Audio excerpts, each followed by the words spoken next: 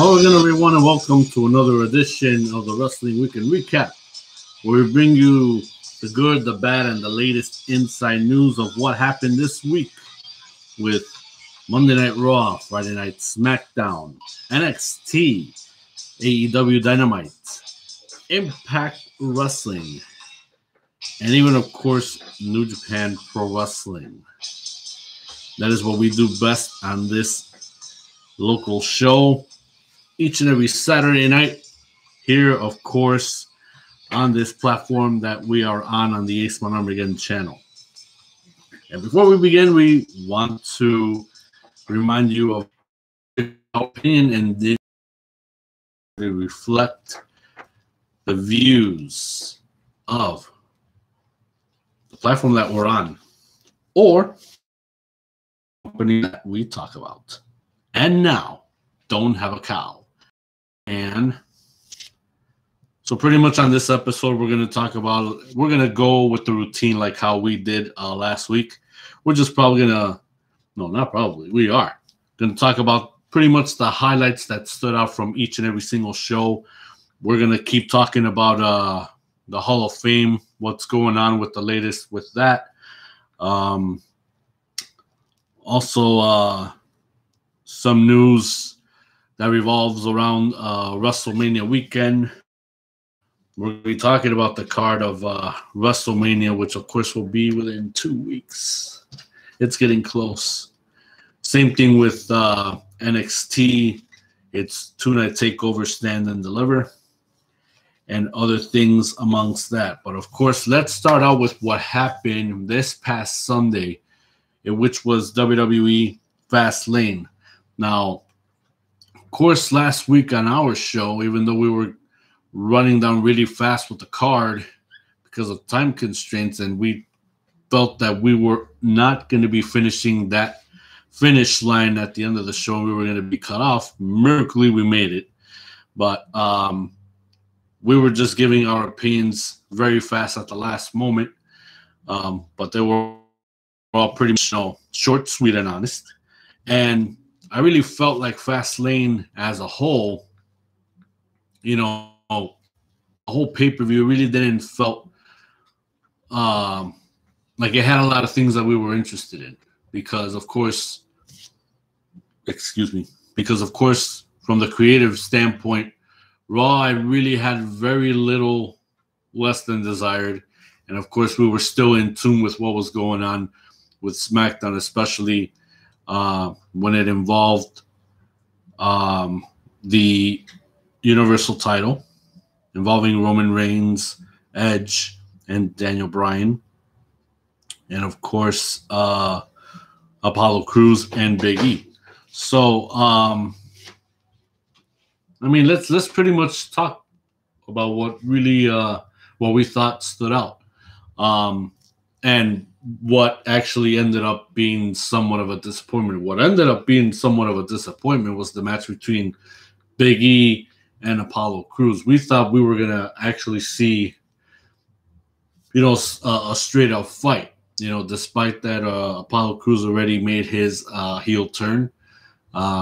Big E dominated the majority of the match because of the emotions involved. And at the very last moment, of course, it's like it didn't surprise me, and it ended, of course, in disqualification.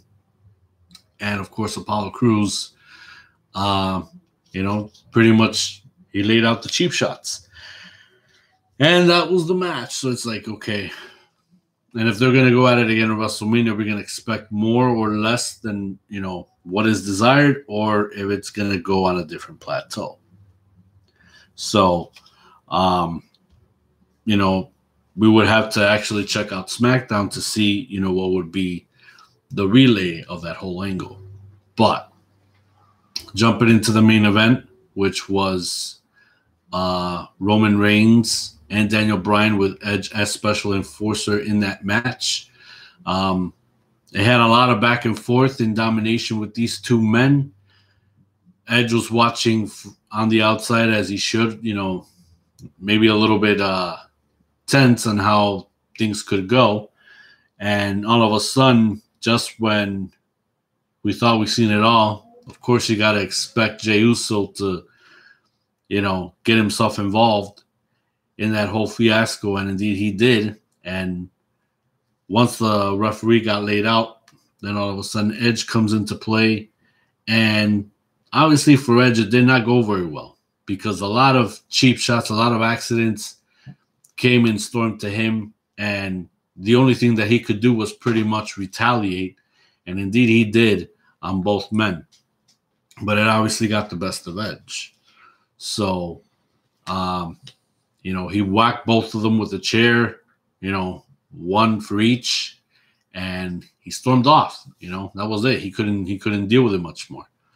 So then, of course, that brought another ref out, and Roman Reigns is once again a lucky son of a gun, keeping the Universal Championship yet again. So, still, it was a very good match, something that, had me really griped up, really into it. I didn't felt that, that angle missed the beat as far as the match was concerned, but it was only enticing it even more because, of course, the rumor of the mill was that this match was going to end up being a triple threat match, which, of course, this past Friday on SmackDown, just last night, they made it actually official because of what was going on in the ring or at the Thunderdome last night with all three men. And all three men had something to establish as far as every single man's position. So ideas were being thrown around as far as, okay, Daniel Bryan already had his chances. He shouldn't get another opportunity. And that's Edge's statement. Daniel Bryan still believes that he could be the only man that could defeat Roman Reigns because he did make him tap out, but of course there was no ref to actually back up that statement in the match that he had with Roman Reigns this past Sunday at Fast Lane. And Roman Reigns, of course, he is the head of the table. Everything has to go according to his plan and what he wants to do and when he wants to do it. So he felt that he was done with Daniel Bryan. There's no point for him to go at it with him again. That it would be just him and Edge, and that would be pretty much it. So, of course, in a second, we're going to take a look at that piece of how these three men just pretty much all came to the point where it could go one way in favor of someone with ideas, with statements, and just pretty much bringing all these statements into consideration, because at the end of the night, it was only down to one man, and that was the WWE official, Adam Pearce, who can make such difference based on the importance of this decision. So we're going to start out with the first segment of the night, and that was, of course, Daniel Bryan and Edge being in the ring together, talking about what happened at Fastlane and what could be the events leading up with these two men heading towards WrestleMania. I cannot give you a Universal Championship rematch tonight. So pretty much, of course, that was stated by Adam Pearce. Daniel Bryan started off where he felt that he could have walked out with the Universal Champion if things went down the way that he did. He wanted another shot at Roman Reigns in the Universal Championship that night, but Adam Pearce, I don't think, was even in any position, or knowing his position, he wouldn't grant Daniel Bryan such favor or such move, actually. Did you not see Roman tap out? I can get the truck to show you a replay if you need to see it, because I made Roman tap out on Sunday. That won't be necessary. I saw it, but look, unfortunately, as you know, the referee's decision is final. Roman Reigns is the Universal Champion, and his next championship defense will be at WrestleMania, and it will be against Edge. Oh, so the next Universal Championship match is against Edge. Okay, I've got a solution for that one. How about you do Edge versus Roman at WrestleMania, and I immediately face the winner for the Universal Championship. Daniel, you of all people know how unfair it would be to force any man to go through 2 championship matches back to back. You would understand that. Okay. So let me get this straight. It's completely fine for me to fight for 40 minutes in the Elimination Chamber and then immediately fight for the Universal Championship after that. Yeah, I get it. There's kind of a double standard here.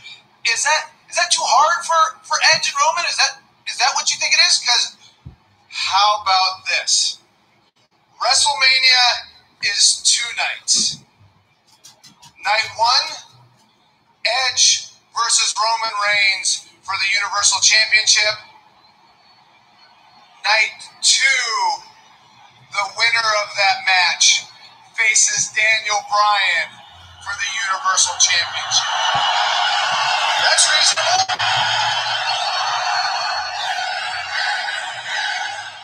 It almost sounded like a possibility, but I don't know. That would be too much work. When there could have been a simpler solution.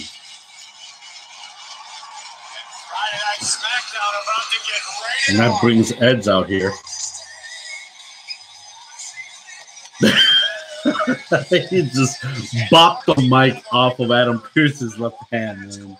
I laughed at that one. It's like it's another word to tell them you suck, man. What the hell is wrong with you? Daniel Bryan had his chance, came up short. You know, for the last month, I've sat back and I've watched you act all truistic, like you're some kind of knight in shining armor. You want to talk about this could be your last WrestleMania?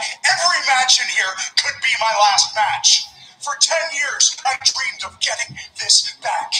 The second night of WrestleMania is 10 years to the day that I announced my retirement. This is my dream. This is everything I worked for. You want to take that away? Huh? Oh, but you want to face the winner of a match from night 1 and night 2 and pick the bones? Very heroic of you, Daniel. You know what? Here's the thing. I won the Royal Rumble. I came in at number 1. I lasted everyone. In that match, you included. You lost twice to Roman Reigns, and I won the Royal Rumble. So here's the deal. You don't deserve the match at WrestleMania, you son of a bitch. Bryan turn it up, and now Bryan taking that Edge and hammering away on Edge. And Edge with a spear to Bryan. Cut Bryan right in half. Bryan didn't even know what hit him. And fast forward to where he gets whacked by Edge again with a steel chair.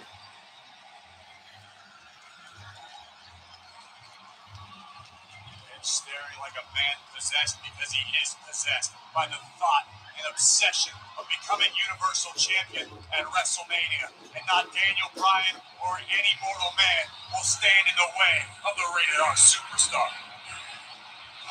Emotions are running high, the tension exploding. It's all about WrestleMania and who main events for the Universal Championship.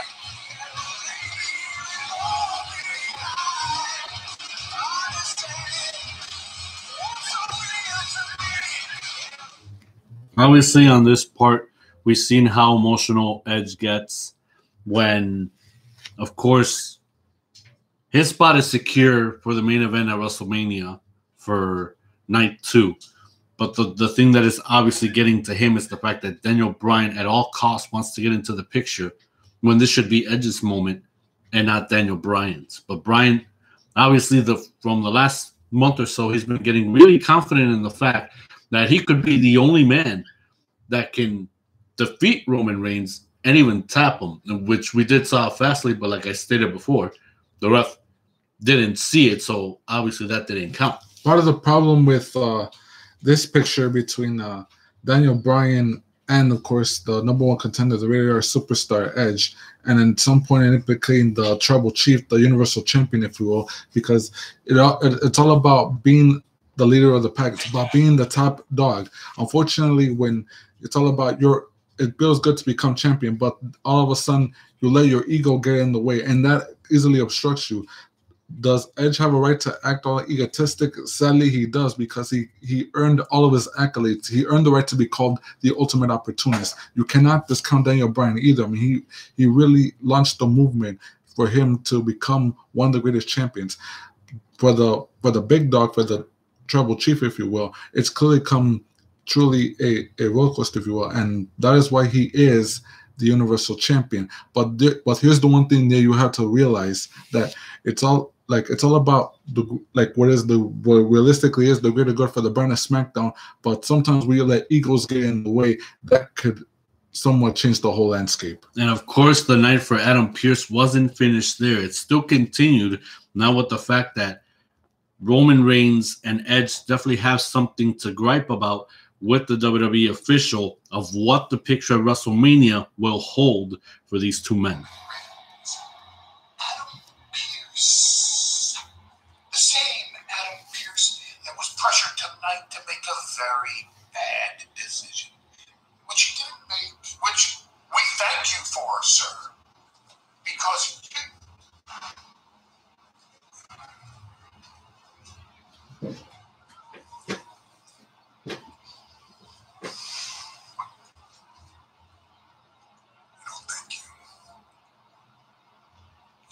us. The reason why you're here is because I want you to understand at WrestleMania, you get me for one night. And you only get me for one title defense. Do you understand? It's simple. Now you can thank us. Roman, I understand your point.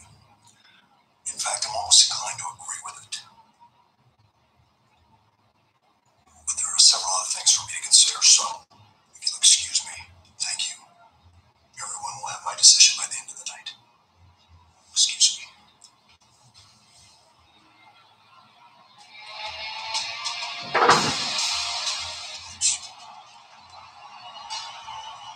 So you're not going to reward Daniel Bryan for all this crap that he's trying to pull? What kind of shit are you running here, huh?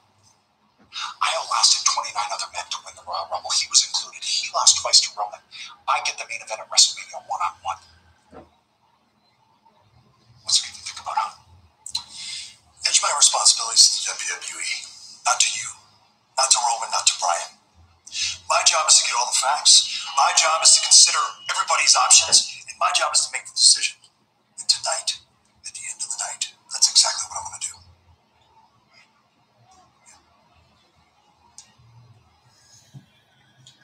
Let's hope you make the right decision.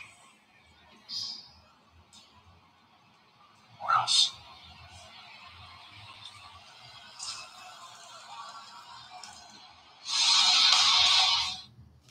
And it seems like Adam Pearce has a really tough task ahead of him to make such a decision. But like I mentioned, the night was not finished for him, unfortunately, because, even though they stated their cases to both of them to Adam Pearce, he still has to make the decision of what's going to be the outcome for that match at WrestleMania. Now, of course, that's not going to stop the challenger and the champion to actually have a discussion of what they believe the world should see coming up at WrestleMania for Night 2 on their match. Because yet again, it could be one or the other. It could be a whole different scenario if it would have been a triple threat. Or one could have a plan of sorts, for it to come true and embellish.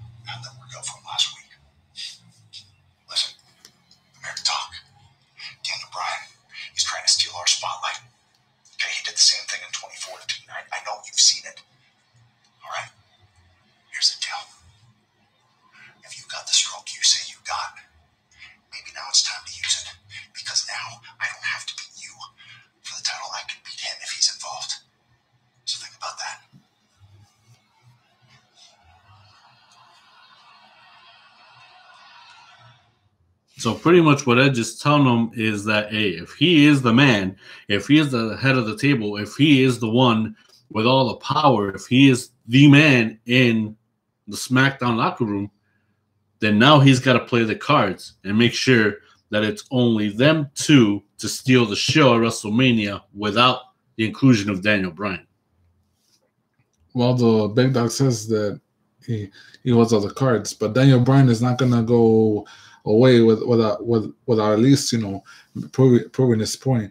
But that just goes to show again, when egos get in the way and it obstructs the view of for the betterment of the brand, all of a sudden it's like what else can happen? Yeah, especially that, because you just never know how all of this can erupt in someone's face if it doesn't go according to one's plan. But nonetheless, it's already the end of the night, and I believe Adam Pearce made the smartest decision in his mind, the way it should go down, as now the final picture for WrestleMania involving all three of these men is going to look like, and how this bout is going to go down. Let's listen.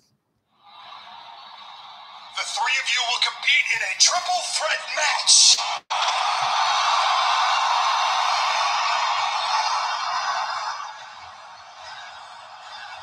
Daniel Bryan gets his wish.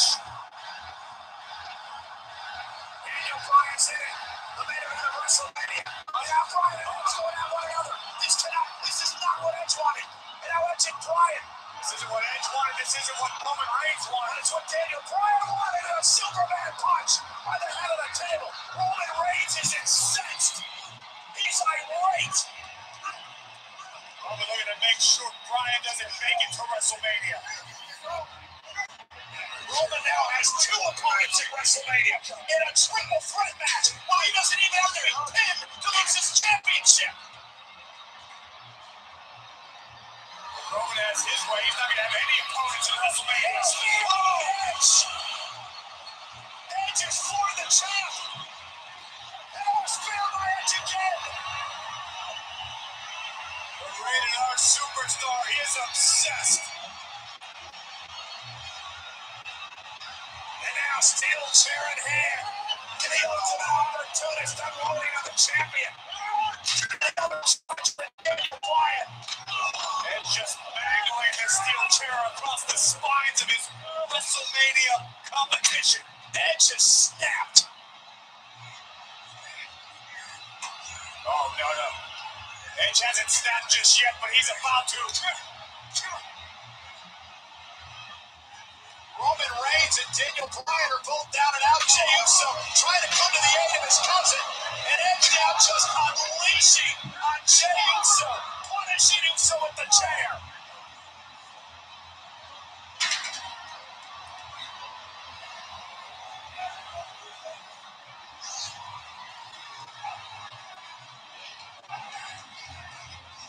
Bryan was trying to crawl away. Daniel Bryan asked for this. Daniel Bryan demanded this. No. Oh my God, Edge is attacking some WWE officials now. He's Edge. He may have been going for the chair. Luckily, the officials came in the ring. Daniel Bryan was able to roll out of harm's way. Yeah, but harm is coming directly for Daniel Bryan and Roman Reigns at WrestleMania. Can you believe how all of this discombobulated? Obviously, Roman and Edge are not happy with the fact that it's going to be someone else officially in the picture. So, ladies and gentlemen, triple threat match for night 2 of WrestleMania. It is official. Daniel Bryan versus Edge versus Roman Reigns for the undisputed title. In my opinion, it is a very good move. What could be a little foreshadowing, a little deja vu, was the fact that Daniel Bryan is no stranger to this type of position. It already happened before when it was involved Batista and Randy Orton, and it was for the World Heavyweight Championship. I think it was for the WWE World Title. I think both titles were available at the time, I believe. So it could be deja vu, but at the same time, it could go in all these different scenarios, but I believe in the one man who deserves this much than anybody else, and that's Edge, because in order to complete his comeback after being out of the sport for 9 years, being injured, Edge needs this more than ever in order to complete his mission to gain back a championship that in reality he really never lost.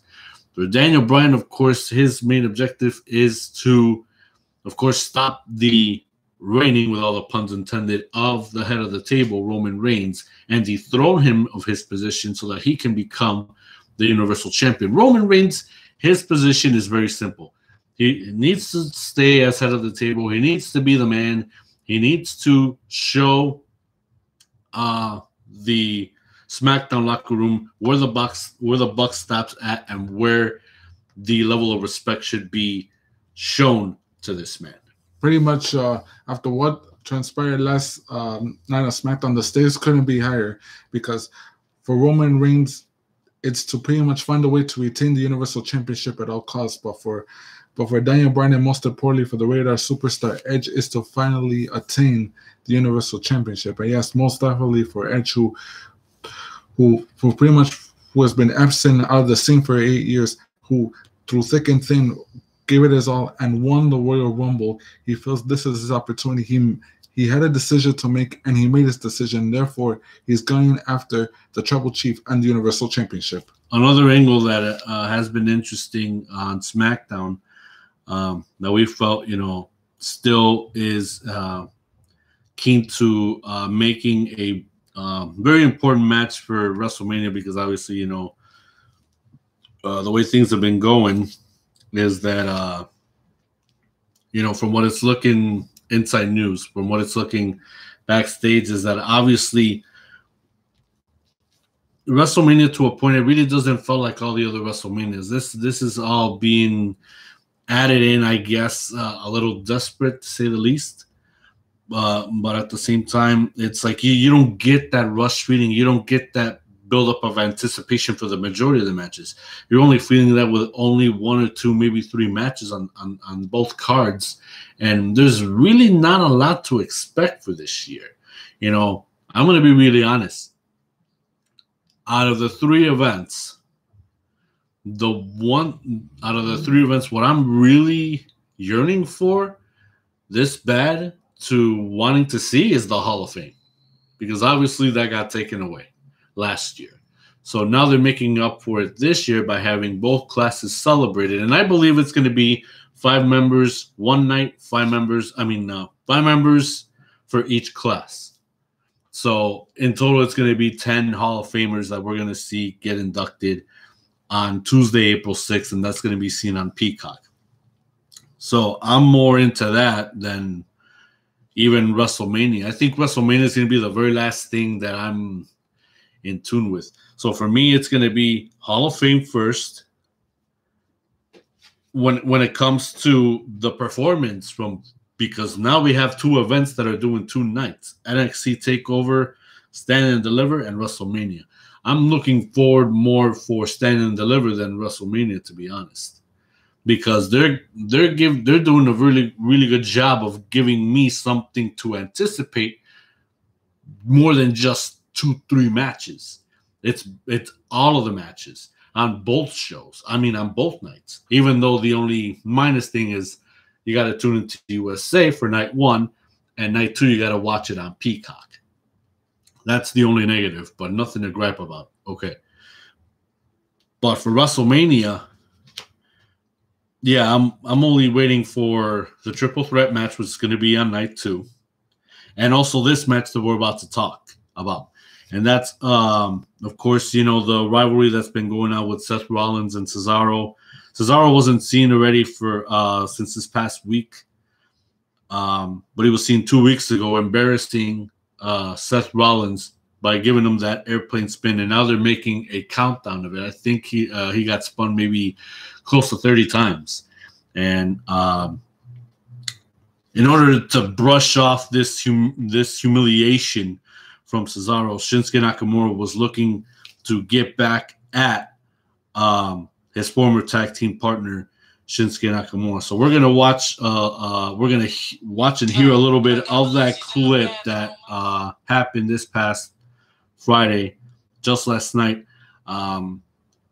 I believe they had a very interesting chemistry. They had a match, of course, at this past Sunday at Fast Lane, and now they're doing this rematch of sorts. That way, Seth Rollins can stick it to Nakamura once again, because, of course, at Fast Lane, Seth Rollins was the winner. But it was a valiant effort from Nakamura, so that match kept me intrigued for what is yet to come once Cesaro returns. This past Sunday, maybe tonight Nakamura can right the ship. Two former Royal Rumble match winners going at it here tonight. Nakamura and Rollins, who hangs Nakamura up on the top rope, and now Seth Rollins gets caught. Long rangey legs and a knee to the midsection. Rollins in trouble. Nakamura very aggressive here tonight against Rollins. We've been talking about quite frequently regarding Nakamura recently, more aggressive in the past arguably several years here in WWE. And now Nakamura knee takes out Rollins. Shinsuke's rolling on Friday Night SmackDown. Hoisting Seth to the top. Nakamura has Rollins right where he wants him. Rollins, though, slides out of harm's way. Let's get connected hard with the turnbuckle. Now the glancing knee off the top rope. And Rollins sets Nakamura up for the Falcon Arrow, center of the ring. By Rollins for the win. Nakamura somehow kicks out at two. Nakamura, beautiful takedown. Armbar now. Rollins trying to block center of the ring. It's able to transition. Look for the triangle. Rollins able to get back to his feet now. Looking to power his way out of this. And able to. That was impressive. And now Rollins with a stop to Shinsuke Nakamura. And Rollins quickly into the cover and picks up the win. Here is your winner, Seth Rollins. Oh my God. Again, Cordy, is this how you earn respect doing this? Seth is looking to beat respect into Nakamura and everyone who stands in his way. Hey, a second. He's back. Cesaro on his way to the ring, going after Rollins. And Rollins meets him there. We get a fight on our hands. Wow.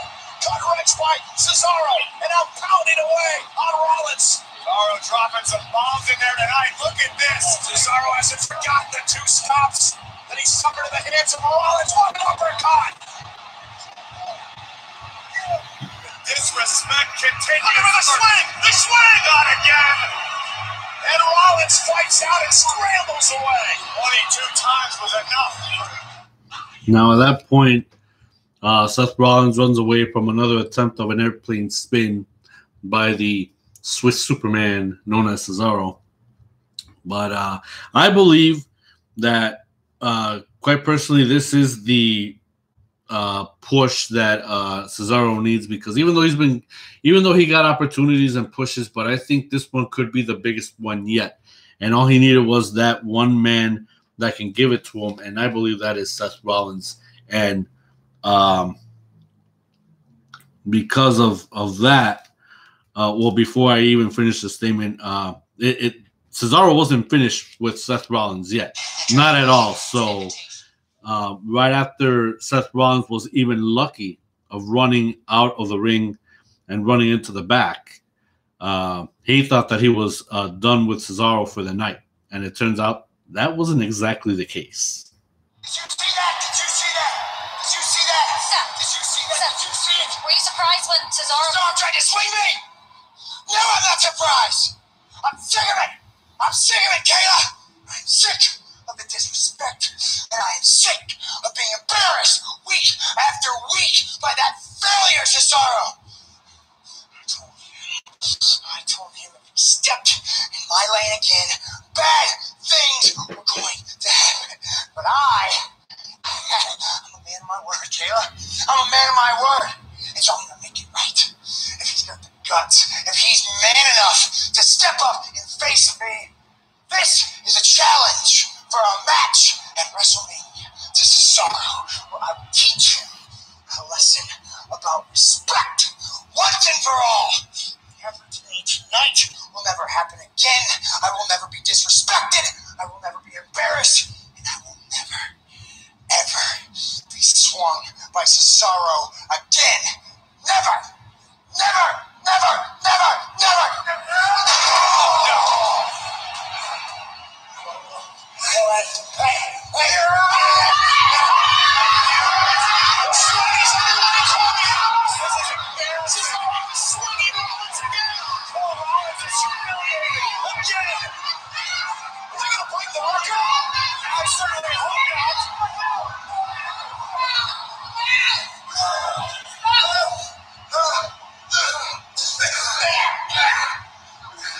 Challenge accepted.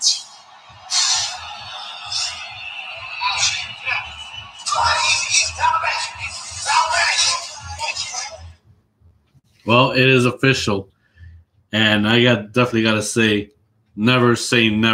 He said never about a zillion times, and look what happened. It backfired on him, and yeah, he got swung again. He got swung yet again, but now it is official, ladies and gentlemen, because at WrestleMania Night 2, we will see one-on-one the square off between Cesaro going against Seth Rollins. I believe that this match is going to be interesting like no other times that these two men have ever had a fight just like this one. Well, I just want to point out that, yeah, ever since he made his return to SmackDown, we all thought that Seth Rollins learned the error of his ways, but it's clearly obvious that he didn't. Now pretty much he's pretty much biting off more than he could chew, because he will have his hands full with the Swiss Superman coming up at the greatest spectacle of them all. Other things that have happened on SmackDown, we witnessed a six-man tag with Big E and the Street Profits as they took on Apollo Crews, Otis, and Chad Gable. It turns out that Big E and the Street Profits actually got one over on the heels of Crews, Otis, and Gable. So obviously they're in tune. They were fired up and they got it done.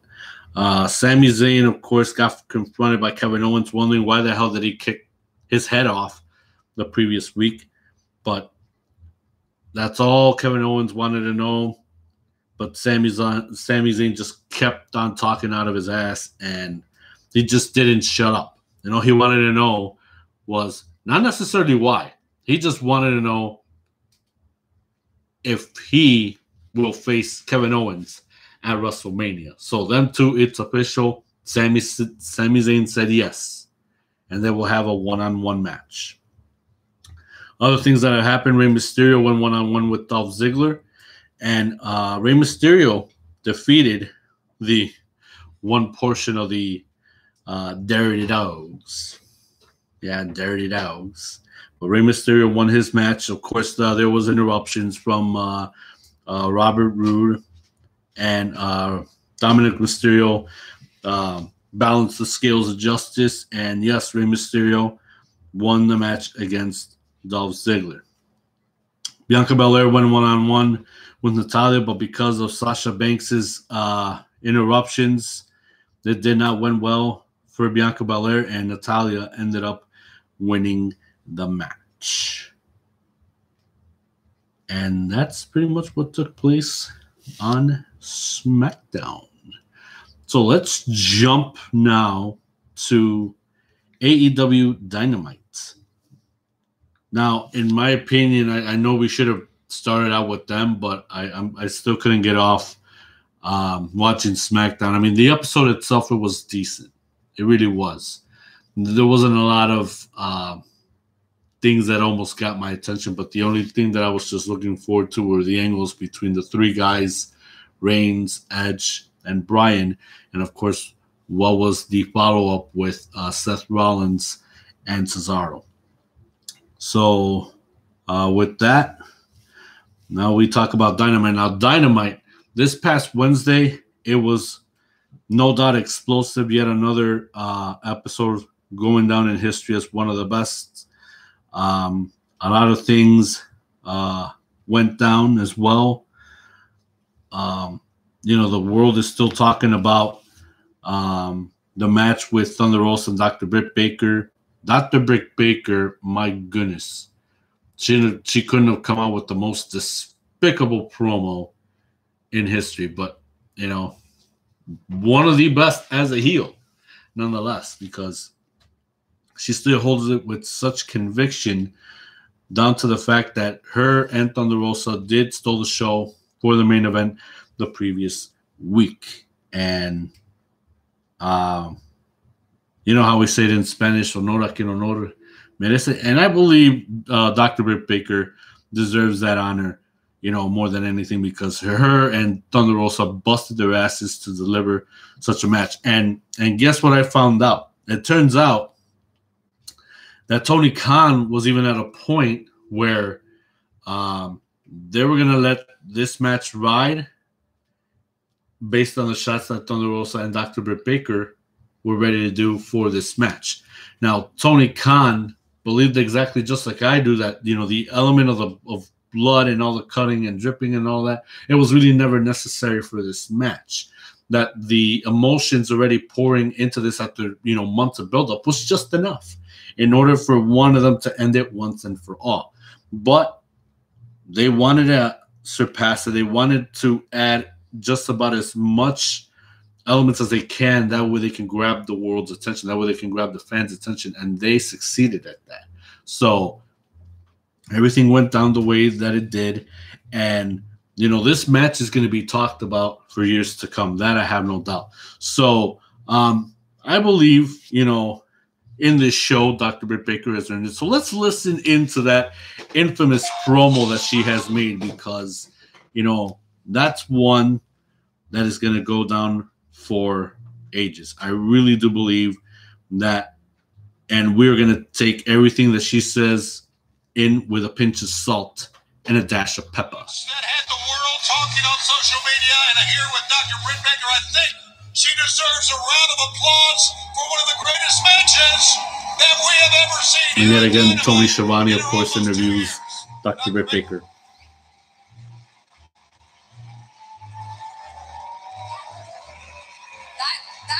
That's it?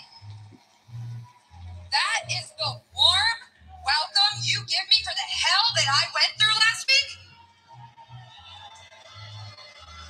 You all are as dumb, delusional, and disrespectful as Thunder Rosa. Thunder Rosa, you should be thanking me every day that you wake up. You should be thanking me because you will forever be remembered now. You got to be a part of the history that I wrote with my own blood.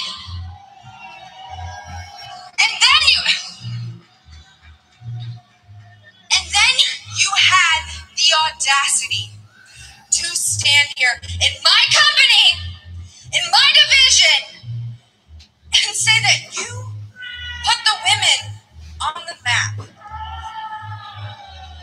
Then why is everybody talking about me? And I don't need the praise and adoration of all you legends and experts telling me that I'm worthy now, that I'm a star now. Mick Foley, thanks for the thumbs up. Except it took you 20 years to become a hardcore legend, and I did it in one night.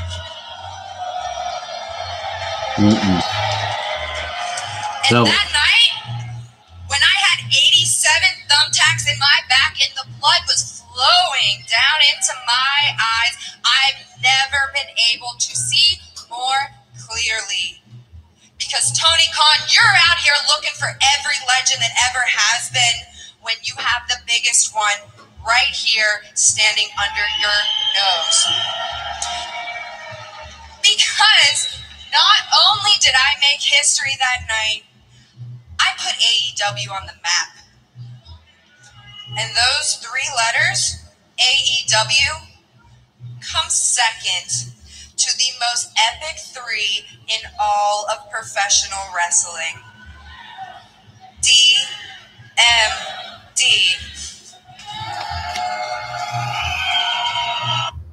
Ouch. Well, let me say this, and I know this is all storyline, but yeah, it may have taken fully 20 years, but having to do it in one night, that doesn't make you instantly hardcore, lady. And I know this is all storyline, but to her credit, to Dr. Britt Baker's credit, she crossed the line, and I don't mean everything that she said, verbally. She crossed the line. She went to depths that she never thought that she would ever cross. Yeah, she went through thumbtacks. She went through tables. She got smacked on the chair and other things. But that doesn't make her instantly hardcore. I'll tell you that. Because not every human body is the same. And hers is just as frail as the next woman. But in this case, she's not even frail anymore. She broke her virginity of being laid out with so much pain and disaster that it's like it's already, been there, done that type of deal. So still, I felt her promo had a lot of merit. It still had a lot of merit. So, we're still speaking out as fans because of what she said, because she hit some nerves. But the only thing that she's been seeing, and we all know this, was red. One thing I can say is that, ever since the inception of AEW, Britt Baker has been the constant of the women's division since its inception. Yes. And she's pretty much saying she's started being overlooked. She started being underappreciated. And she pretty much proved it last week when she and Thunder Rosa went through that lights out extreme match. And she's pretty much saying to AEW Hancho Tony Khan that she wants bigger and better. But we'll see if that can happen once she gets more lucrative matches and possibly a shot at the AEW Women's title. So we're still going to keep a keen eye on what's Dr. Baker's next move. The fact is with Thunder Rosa is that, we all know that NWA is getting back on with power. Even though the negative now it's on the Fight app and not free on YouTube like how it was in the past. But we don't know what Thunder Rosa's future holds, because she's still under contract with NWA. So they're just loaning her out because, NWA was down. The performers had to scatter and see where else they can do business relationship-wise, have matches with other wrestlers, kind of fulfilling dream matches or future dream matches and, all that sort. So I'm glad we were seeing Thunder Rosa in AEW. And quite frankly, I think she belongs in AEW. And especially right now when NWA just lost all of their main roster stars from last year due to the pandemic, and they had to venture somewhere else because, these performers, they got to make money. They got to survive, So it's unfortunate that NWA had to lose the majority of their key players just last year or even all the way up to recent, because of the pandemic. We can't imagine how the restructuring of the roster must be at this point. I'm pretty sure they got new talent. There's still some talent that we've been seeing on the card. We understand Nick Aldous is still their heavyweight champion of the world for, I even lost count for how many days. I think it's 500, 600, 700, which is amazing. Nick Aldous, we've seen him as what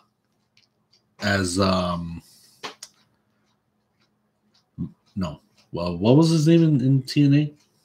Brutus Magnus. Brutus Magnus. I was going to say Magnum, but no, it's not Magnum. Yeah, Brutus Magnus. So, nonetheless, very athletic. A very keen eye for moves in the ring.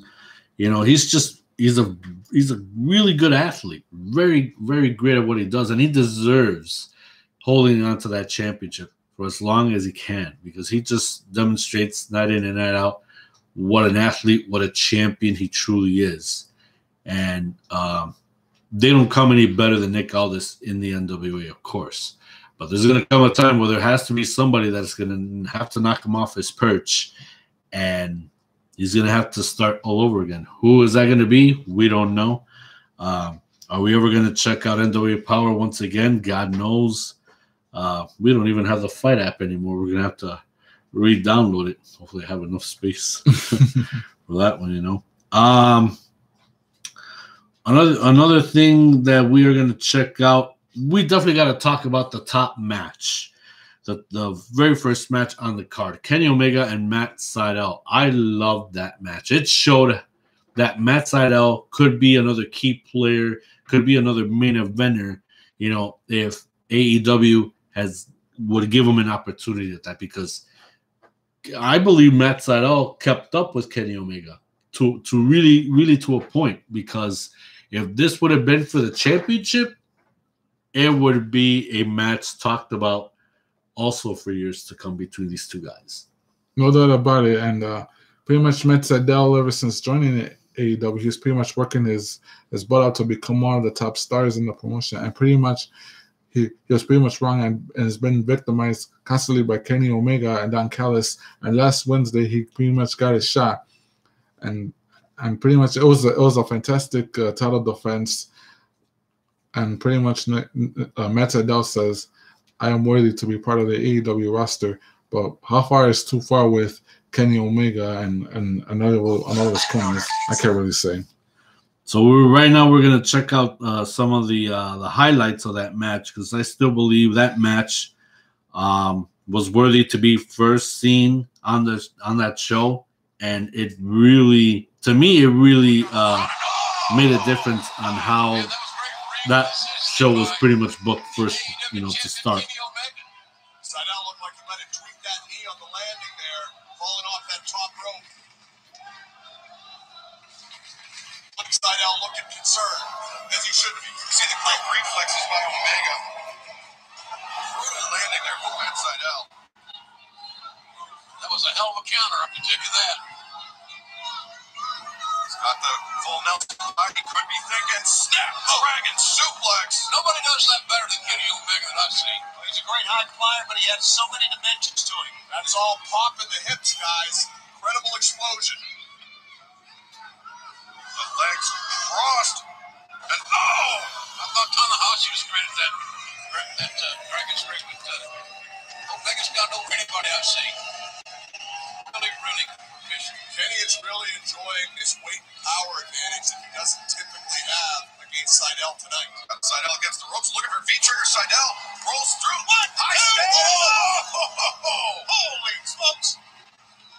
Oh, the knockout shot, the roundhouse kick. The ref distracting Omega. Lightning spiral by Seidel. He's got this. Yes, he does. He's got this. 1, 2, no! Omega folded up like an accordion. And then reached down to everything he had left to kick out before 3 down. Is Seidel frustrated, or is he going to turn it on and close this deal? If I were advising Seidel, I would say follow up. Get on him. Omega, little dazed as he rises to his feet. Matt Seidel's always thinking Meteora, but Omega, powerbomb in the corner. What a match this has been. Seidel's rushing the best match he's ever had on Dynamite here in AEW. But he's being brutalized now by the champion. And the gang! Good night. The big driving knee strike by Omega. Hooks the near leg. 2 and Seidel. Matt Seidel still in this fight. Young man showing some intestinal fortitude, Excalibur. He's literally the same age as Kenny. Well, as a basketball, we're treating him like a young up-and-comer. Well, look what's on the line here. Yeah, Omega, bang with the V-trigger. He's got Seidel up on the shoulders. No! Oh, my God! Seidel had that one figured out. What a counter. Now, can Seidel close this deal? He's got him in position, JR. We'll give too many second chances against this man. Don't take too much time getting up top. That's Seidel. Oh, he's looking for the shooting star press. Kenny baited him. Needs to follow up. Kenny just holding on here for dear life. Look at this. Kenny bought himself some time. He did. Smart to stay near those ropes. That reverse Hurricane Rana showing its effects on our AEW World Champion. Omega creates some distance and now closing in on Seidel. Oh, look at that! That is world-class, once-in-a-millennium athleticism you just witnessed. And he's looking for the one-winged angel again. Seidel rolls him through. Look at that, the victory roll. 1, 2. Oh! He got it. Did not get it. He's out. Oh, come on. He's out. That was a that's it. Omega got him all right. That knee trigger right to the face. And now he's got him hooked. One-winged angel. Good hover. 2, 3. Oh, my God, what a match. Redwood start off Dynamite. AEW World Champion. Great showing by Matt Seidel, but no shame in losing to the greatest wrestler of all time, the god of pro wrestling, Kenny Omega. And this was the end of the night for Matt Seidel, the one-winged angel. Only one man has ever kicked out of that finishing a move, but no one ever in AEW. An incredible match, like I said. They had a lot of great spots. Matt Seidel was just showing that, even he could almost come close to defeating Kenny Omega. I mean, he was with him every step of that dance, but obviously when it looked like Matt Seidel could come close to defeating the Cleaner, Kenny Omega was just raising up his volume just a little bit more, and he was getting way intense, doing more V-triggers and Snapdragons, and already leading to the one-wing angel, and defeated Matt Seidel. Still, one heck of an explosive match to start out Dynamite this week.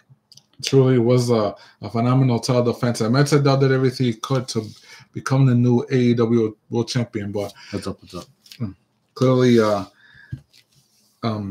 Kenny Omega had the advantage, and Matt Seidel did everything he could to hang with Kenny Omega. But at the end, it was Kenny still the AEW World Champion. Most definitely, and I know we're going to see Kenny Omega get more explosive matches, because also we're going to be talking about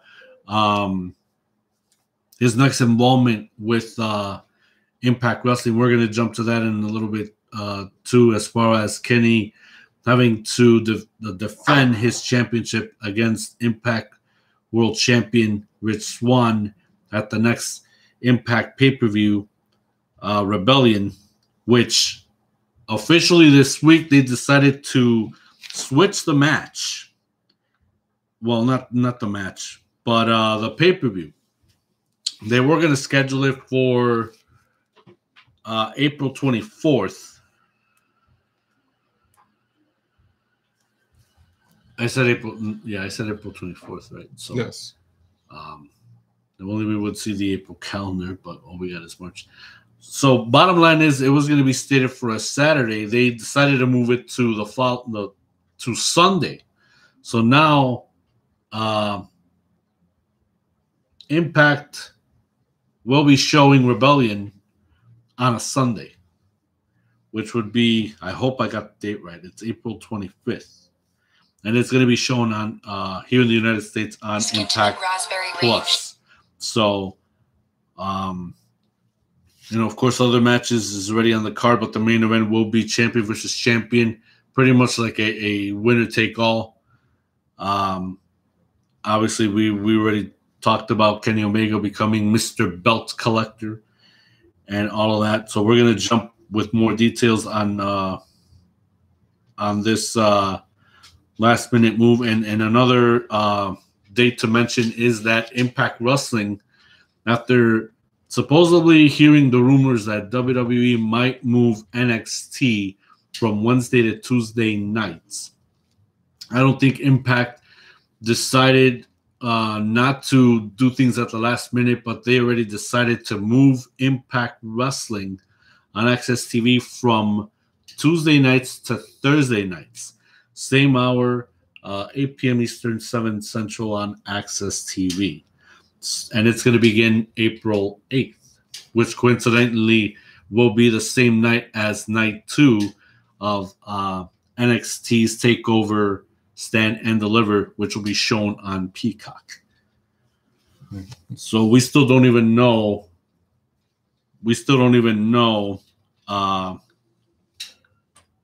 Why this sudden move to Thursdays.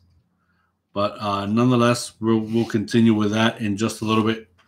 There's something that we definitely got to show or definitely got to talk about. I'm sorry. The one promo that Jon Moxley and Eddie Kingston just did, and after having to be pummeled by Kenny Omega and the Good Brothers last week, they really did a number, like how we spoke about it. They really did a number on Eddie Kingston. But these two guys, when they're together, that's not going to stop. That is not going to put them down. We all know that. One, because knowing the fact that they're paired together, that just begs for trouble. That begs for complete destruction. And these two guys are not to be taken lightly. So we're jumping into the recap of what happened last week. Over the steel chair, they took care of Eddie Kingston. So obviously he is injured. God knows for how long he's going to be injured. But that's going to bring these two guys together once they're ready to roll. There it is. Get it. It's a broken something. That's fine. I've broken things before in my life, and I've come back from it. Good brothers. Kenny. Bullet Club. This is not New Japan. This is not 6 years ago. This is not about selling some tacky t-shirts. Ooh, did I hit a nerve? I hope I did. Y'all gonna pay for this. Where we come from, you take one of us out, we put you in a morgue. Do you understand that? Do you understand the seriousness of this? Do you understand how far we gotta... How far? That's the question you gotta ask yourselves, good brothers. Just how far are you willing to take this? You think you're willing to take it as far as us? You think you're willing to get as much blood underneath your fingernails as we are? Son. There is war on the streets of Jacksonville. The Young Bucks. These Young Bucks. I don't know the Young Bucks. I don't like the Young Bucks. What's I don't play games. I don't play these games with people I don't know. But I guess I owe them one after last week. I don't like owning people's stuff. I don't really have a lot of patience for this whole Bullet Club melodrama thing y'all got going on. But as you can see, Bucks, we're playing with live rounds here. So if y'all are going to be in the game, you better be willing to get your hands dirty. Period, point blank. Period, point blank, because, everything that Jon Moxley said was true. With that little tidbit that Kenny Omega's got going on with the Young Bucks, obviously there's still some dissension. Young Bucks and Kenny Omega are not on the same page. After all the beatdowns of destructions on other people, they got something going nice. Oh my God! Look who hit us up. What's up? Yes. What up, brother? Hopefully we get to see you soon. Yeah. I can see that Dragon Ice is already on the chat, so hopefully the family's doing good, brother. Good to know that we get to hear a peep out of you, man. We miss you. We miss you very much. Back to business. It's the fact that Moxley and Eddie Kingston, they weren't put together by accident. Of course, brothers fight. So, something told me that these two were going to end up together. And already ending up together, they get their asses kicked, but that ain't going to stop them. They spew a lot of verbiage, and that's still not going to stop them. The fact is, once that Eddie Kingston gets well and he recuperates, there's going to be hell to pay. Doesn't matter if you're Kenny Omega. Doesn't matter if you're the Good Brothers. Doesn't matter if you're the Young Bucks. Bottom line is, somebody's going to get their asses kicked by Jon Moxley and Eddie Kingston together. Well, bottom line is that, pretty much from what transpired at Revolution, it looks like Kenny and Eddie Kingston are back at the same page. But pretty much is what you said during that bit. It's like, could there be a possibility already, could there be a sign possibly in this coming year that the Bullet Club, and I'm not talking about this watered down version of the Bullet Club, but the legitimate Bullet Club, the one in Japan, could possibly return to U.S. soil, possibly set the foot on AEW.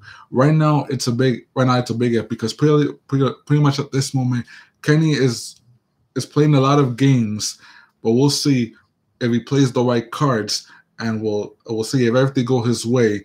Probably by April, when he defeats I'm trying to remember his name, Rich Swann, for the Impact title at Revolution. A Revolution? Rebellion. Yeah, we're still stuck on Revolution. Hey, Revolution, like how we mentioned before, it was one of the highest seen AEW pay-per-views so far this year. I don't think the rest of the pay-per-views are going to top it, to be honest. That's why I can't forget about it. But then again, that's my opinion. So we'll see if AEW can prove us a little bit different. And the other message that Iceman Dragon Ice has stated, 5 nights of wrestling will be epic. Yes, that is right, because this is what we thought we were going to see last year in 2020, but because of the pandemic, having all 5 nights of primetime wrestling here, we thought was going to be something good. Then all of a sudden, the COVID-19 really hit everyone hard. It hit the business hard, and it turned, the world upside down, unfortunately. So hopefully now this year, we're getting it all back on track. And very shortly, the Wednesday Night Wars will be officially over. Now every show is going to get their proper spot to showcase their best talent, the best wrestling / sports entertainment brands that they got. And I think the wrestling business as a whole is going to be back where it should be, or actually it's going to be where it should have been, before all of this, got turned around. Right, and that's what it's all about. It's like there's a saying like, where the chips may fall, because that's what it's all about. Because when you have Raw on Monday nights, NXT will pretty much take over Tuesdays. Dynamite will still be on Wednesdays. Impact will now move to Thursdays. SmackDown will be on Fridays, and everything else let's just go with the tide, and that's pretty much what it's all about. Beginning next month, and from here until the end of 2001, and for years to come, it will be nothing but bigger and better, not just for WWE, but for the entire sports entertainment industry as a whole. And it looks like nobody wants to do pay-per-view Saturday nights anymore. Everybody's moving it to Sundays. We've seen AEW Revolution move to Sunday when they normally should be doing Saturdays.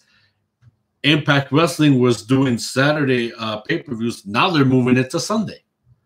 It's like, what? Nobody wants to do pay-per-views on a Black Saturday anymore? Jeez, man.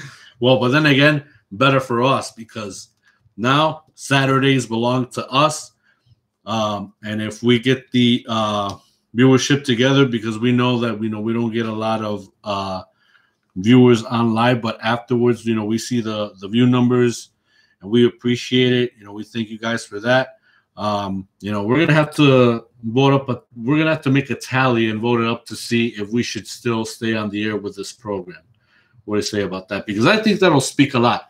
If these guys really appreciate what we do, and should we keep this up? Because, like I mentioned before, this is local.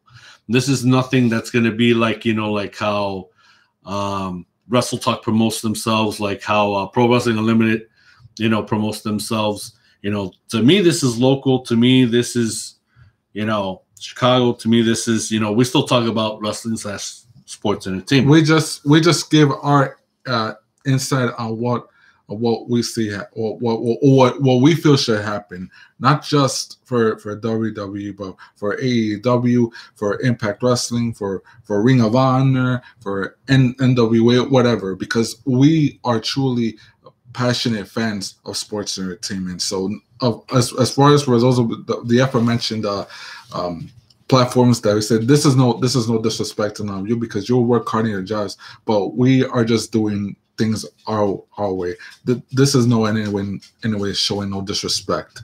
So for those of you that watched watching us right now from the other platforms, let's just say, like, it's all good. Like, we're not knocking you. We're just doing things our way. That's all we like to say from the bottom of our hearts. We're expressing our views passionately because at the end of it all, we're fans and we like what we watch, but there'll be at times that we don't like what we watch, and sometimes we just speak it among ourselves, or we speak it to the one person that we watch it with. But we know that the whole world doesn't agree with us. There'll be some people that do, and we just go about the business.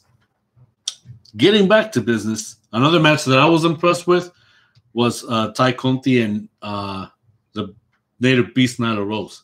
I did not expect for Ty Conti to actually take this match, to be honest. And yet, it's a surprise that she did. But not to say that it shouldn't have happened, because it did. But my opinion, I believe Ty Conti really busted her bum to really get some sort of recognition, to say, hey, props to you, congratulations, because she left NXT and she had a whole lot of,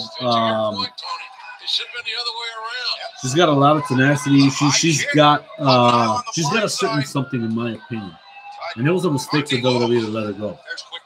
But I guess under the circumstances, they had no choice. But it's good that Ty took it somewhere else and she prospered.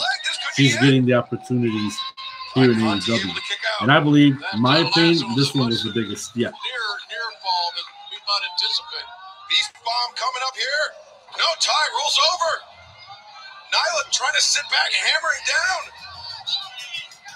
But Ty Conti I think she kicked the top of the kneecap, and now going after the lower body of Nyla Rose. Oh, but Nyla returns with a knee strike, a knee lift to the face. Here's the strength and power advantage, at least it was. That's standing sidekick, man. Kick found its mark. I think that was the beginning of the end for the Native Beast. Cannot endure many more of these. Ty's got the hammerlock. The DDT. I'm like, how in the heck did she do that? I'm like, that better be it. And it was. It really shocked me. It really shocked me. And not to say she don't deserve it, because she does. Because there's only so many few women that actually have defeated Nyla Rose. So very few. Riho, Hikaru Shida, the current Women's World Champion, and now Ty Conti. It's like wow, man. I really was wow. And like I said, it's not that she don't deserve it. She deserves it, that and a whole lot more. But at the very end of it, of course, the vicious vixens, they gotta lay their message. Because obviously, she's embarrassed, she's humiliated, but those are the territory. And speaking of which, well, that stopped her in her tracks. We're talking about the issue these two have had. That would make the late great Cesaro impressive. And look at this, Bunny's coming out. She picks up the kendo stick. Oh! And business picked up with Bunny in the stand. Oh my God, Bunny out of control, and here comes Matt Hardy and Butcher and Blade. The HFO, the Hardy family office, looking on as Nyla Rose and the Bunny just laying waste to Ty Conti and Hikaru Shida. Man, this is just so sad for Conti, because she has the Women Eliminator title tournament. It was terrible. It was a sham because the Bunny wasn't in it. My clients have been overlooked for far too long. That ends now. Rule number 1, Matt Hardy, get the Bunny to get checked with, because, yeah, she had rabies for a long, long time. Otherwise, there goes the women's division. The Hardy family office. So, obviously, that's the name of this new stable, new faction. Obviously, not much of a threat like how the Pinnacle is. And for the record, yeah, the Pinnacle came out and they delivered their verbiage, much to our dismay. But yeah, now Matt Hardy, he's making it look headlines. He's make headlines now, adding people into his group. What all I want to say is that ever since she joined the ranks of AEW, Tay Conti's pretty much clawed her way just to make a name for herself. And truly, last Wednesday on Dynamite, defeating the Native Beast was truly a feather in the cap. And who would have thought that at the end of the match, such bedlam would erupt when coming to the aid of Tay was none other than the AEW Women's Champion Hikaru Shida, who at some point now earned the respect of Tay Conti. And then at the end came that malicious rabbit bunny, and all of a sudden it just manifested itself, and then pretty much they could set the side for what could be a women's tag match coming up this coming Wednesday on Dynamite. Other things that have happened on the show, we got a win that now the Rhodes family is going to have their own reality show. So it's like, move over, Ms. and Mrs. There is roads to the top, if you know what I mean. Also, a trios action ensued as well. The Young Bucks and Brandon Cutler faced off against the returning of the Laredo Kid and the Lucha Brothers. It was a great six-man tag. You know, can't speak enough of that at all. There was a backstage segment that involved Christian Cage and, of course, Frankie Kazarian. And it looks like these two are going to mix it up yet again because they have so long time ago. And I believe that took place in TNA. So now they're going to bring that old nostalgic feel back to AEW after all this time. And that's going to be Christian Cage's official wrestling debut match next week on Dynamite. There was a promo with Scorpio Sky indicating that he is more than just one man. Jade Cargill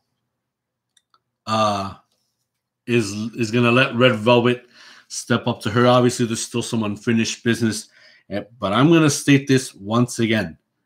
Jade Cargill, obviously, she's hot, respectively, keeps herself in shape. She's a phenomenal female wrestler. She don't need to get all trashy and hood. I mean, her actions speak for herself. She don't need to get all, busted up and bust out with her verbiage. I mean, it's really unnecessary. I mean, her actions speak for herself once she is in the ring. Also, what's next for QT Marshall? He finally spoke up on why he's been doing what he was doing, betraying his older brother Dustin, betraying a member of the Nightmare family. That was who? Yet again?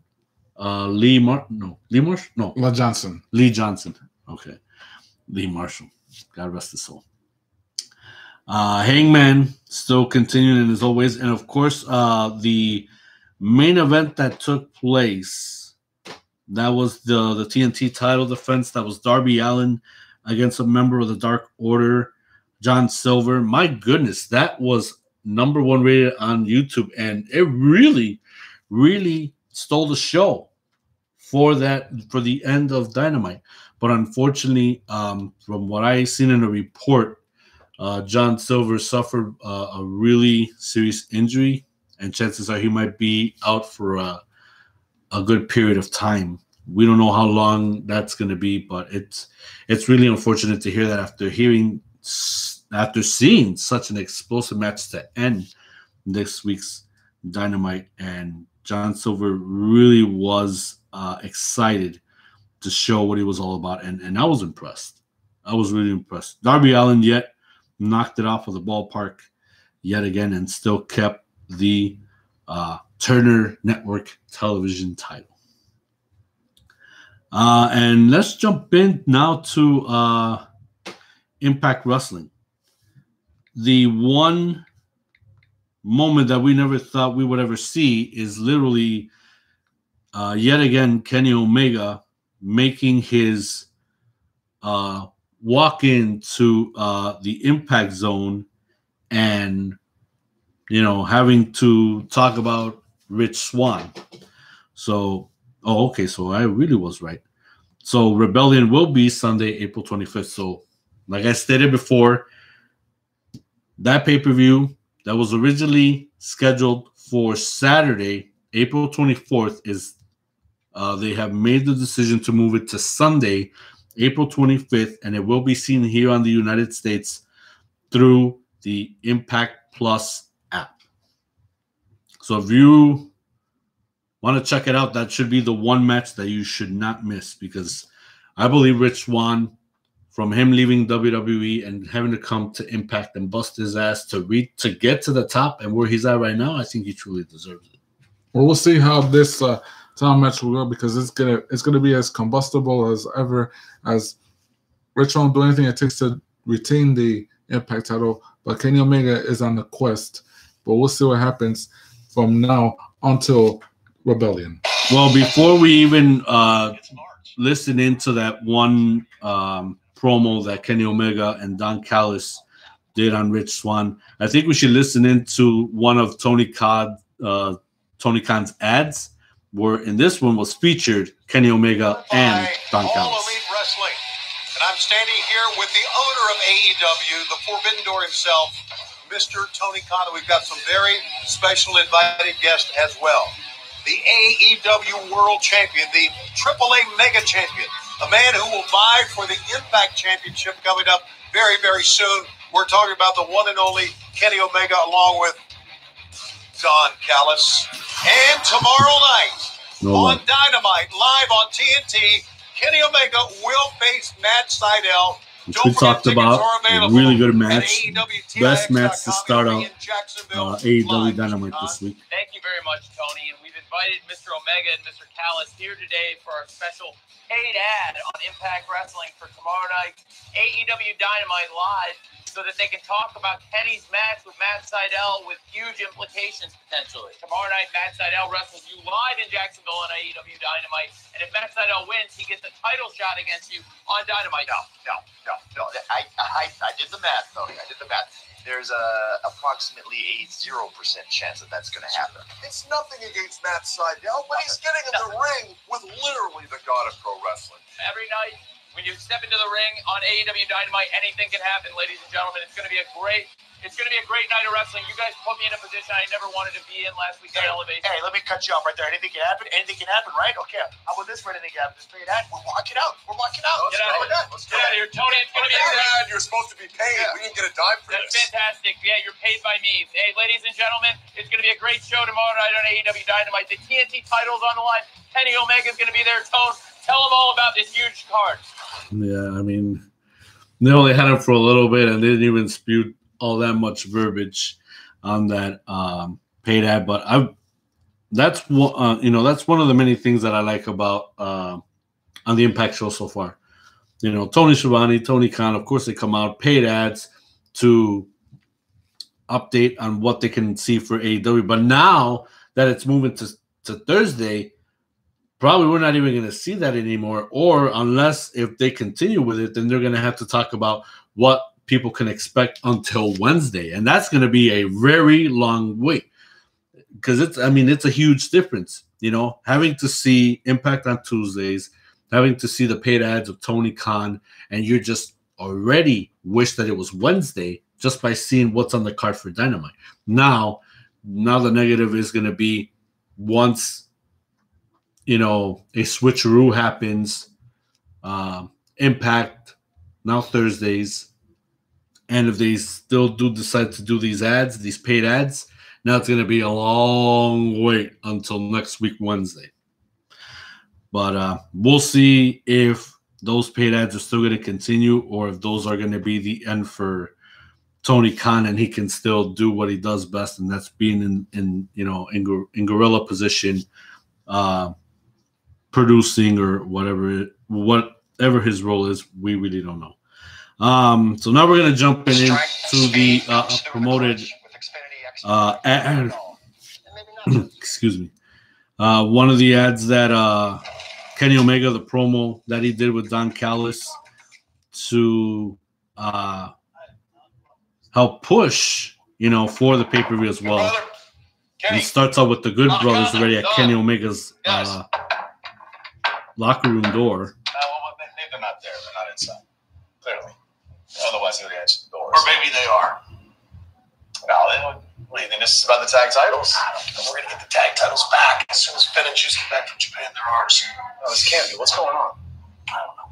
Let's not stay here like marks. Let's not stay here like marks. I felt like Kenny Omega, not so much Kenny Omega, but it's Don Callis that is making Kenny evade from the Good Brothers now. It's like, okay, well, these guys, they don't have the belt anymore, so it's like, yeah, I'm going to make sure that Kenny don't even waste his time with these guys. Let them do their thing. But I'm going to have Kenny be planted on what needs to be his focus on for tonight. And that's talking about Rich Swann, talking about Impact World Championship and Rich Swann for Rebellion. Come on.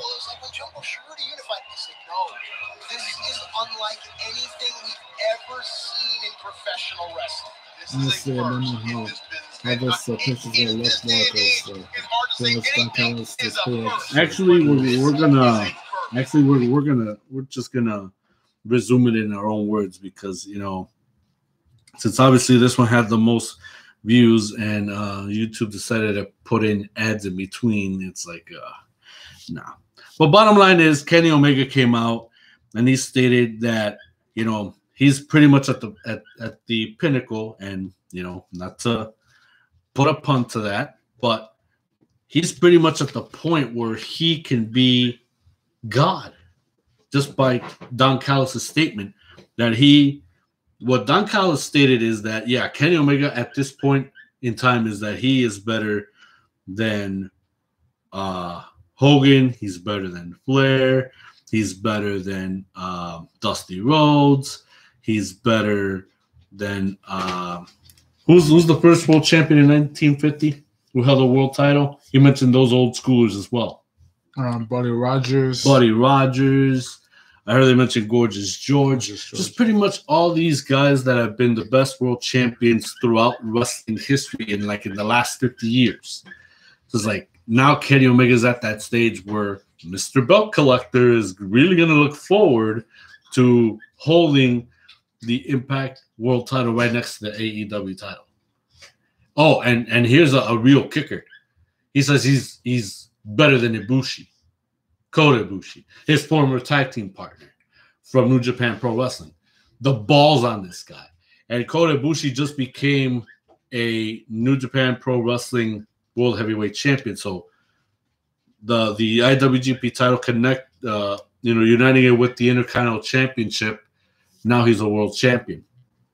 So, but I already gave my opinion on that, on how I believe that's a wrong move for them to do such a thing, where they should have kept the title separated, because that way it can still continue with the tradition of New Japan, just like how it's always been for so long.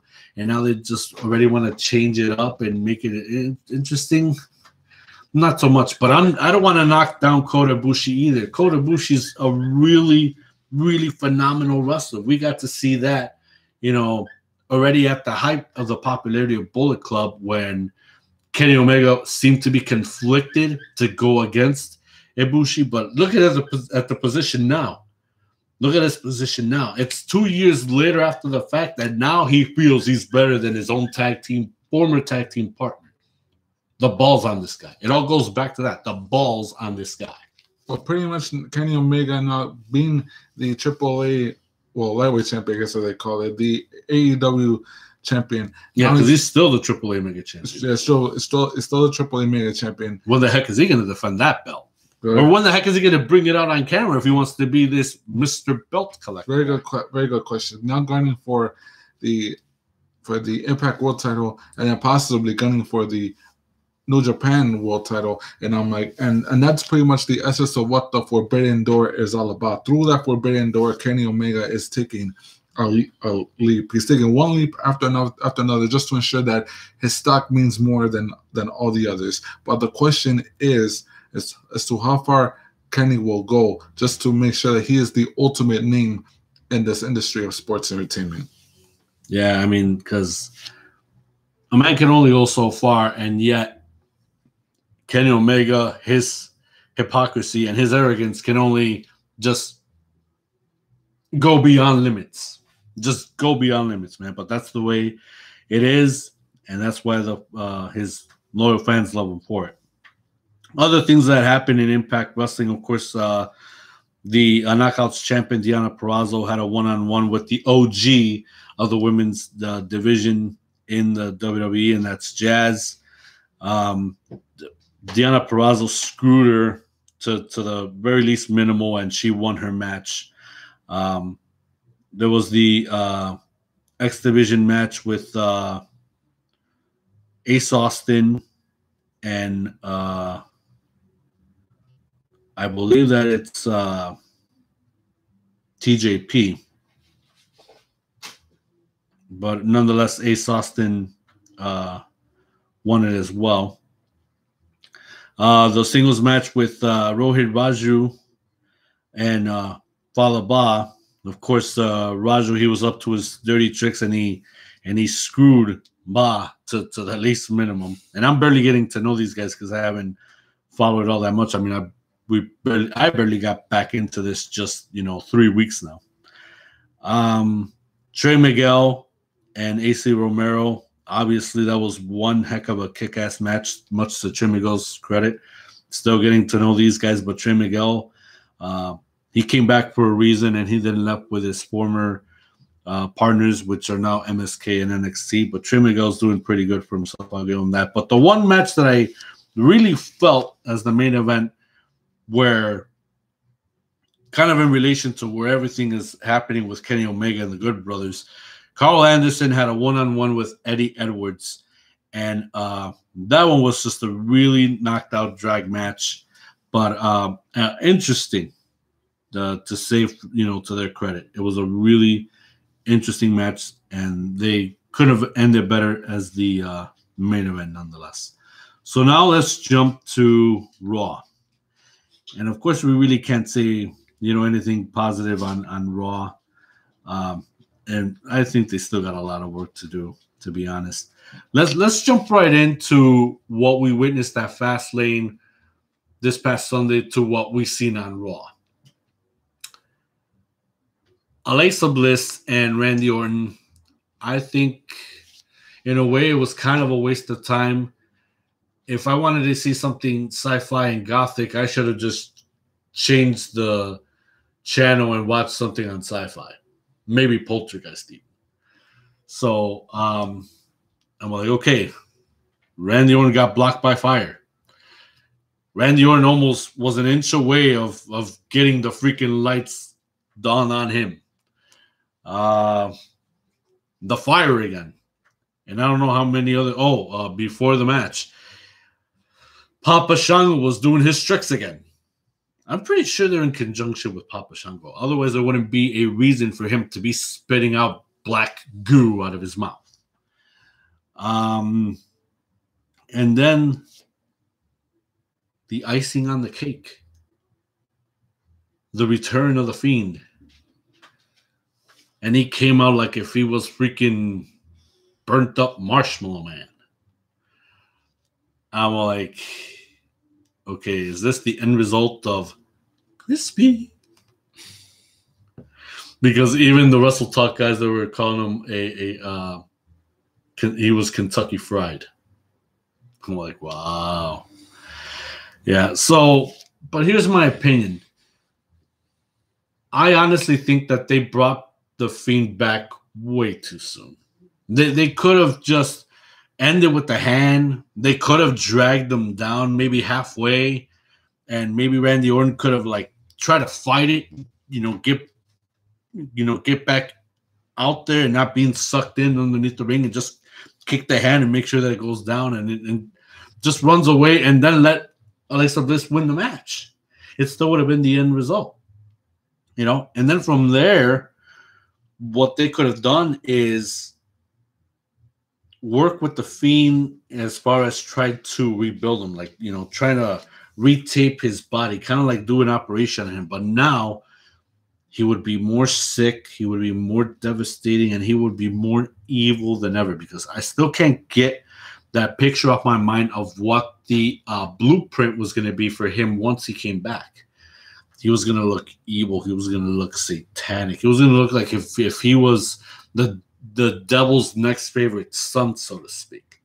And this would be an unstoppable force that not even God can put away. Something, you know, something along those lines. And just having that vision in my head is like, geez, man, this is really now the time where you got to get on the Bible and get on God's good graces and just, you know, and pray, you know, be that type of human being. Because, you know, from what we saw on Fast Lane to Raw, it was pretty much a repeat. It's like, okay, on Raw, here they were at it again, Alexa Bliss and Randy Orton. And at the end of it ended up pretty much the same, you know. His presence, a kick or no kick, then Sister Abigail. And that's it. And that's how the show ended on Raw. That's how it ended. So, am I really interested in the match still? No. I think that, to me, that, you know, having to build for that anticipation, that's already now passe. That's already one where I feel that I don't expect anything more than what we just seen, you know. So I really believe that there's no coming back from it. Okay, so we still have Iceman with us still. He said the best reality show ever for Ms. and Mrs. I agree. I mean, I still watch it. I agree. He said WWE dropped the ball a little bit, but it's still the best storyline in WWE today. Ironically, I do have something to. I do somewhat agree with that, because there's one thing that I'm gonna say myself and the rest of the WWE has been yearning for months is the return of the Fiend. It's for Randy Orton to get his comeuppance, and a lot of people say, "Oh yeah, it's a little bit too early," but at the same time, they're gonna be, the time's gonna go by, and everybody said there's only one stage appropriate enough for the Fiend to make Randy Orton pay for nearly killing him. Well, setting him on fire. Setting him on fire, and pretty much where he was pretty much toasty. Yeah, pretty much. He was almost toasted like a marshmallow.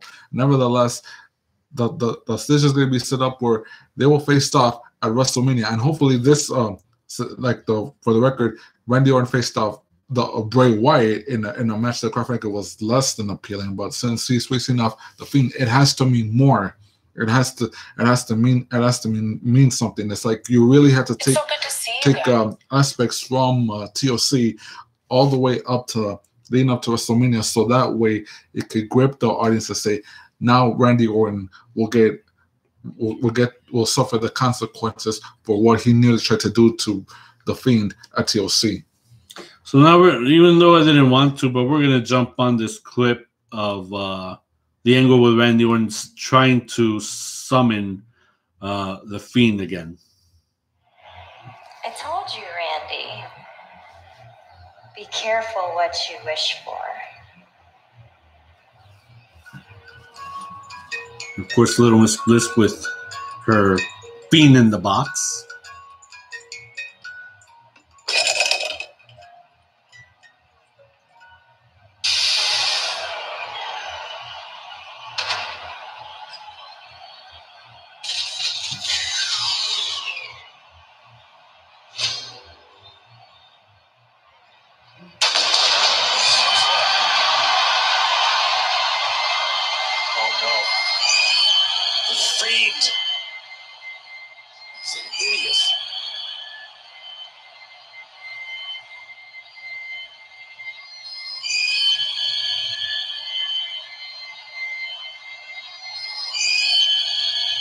And then it looked like he was going to continue with what he didn't accomplish the first time around, and that's to make sure that the Fiend was literally crisped. So he got the gas can, the gasoline, and he got the matches ready to set him on fire. But he was like kind of like playing with him, taunting with him. He did the RKO, which I was kind of like, okay, maybe we're gonna get somewhere now. But yeah, of course, Little Miss Bliss has to come into the ring. And I guess it's like the Undertaker to the Paul Bearer to the urn. He pops up, and yeah, the mandible claw gets applied, and he's trying to break away from it, and there's really no going away from the mandible claw. And walked in to Sister Abigail.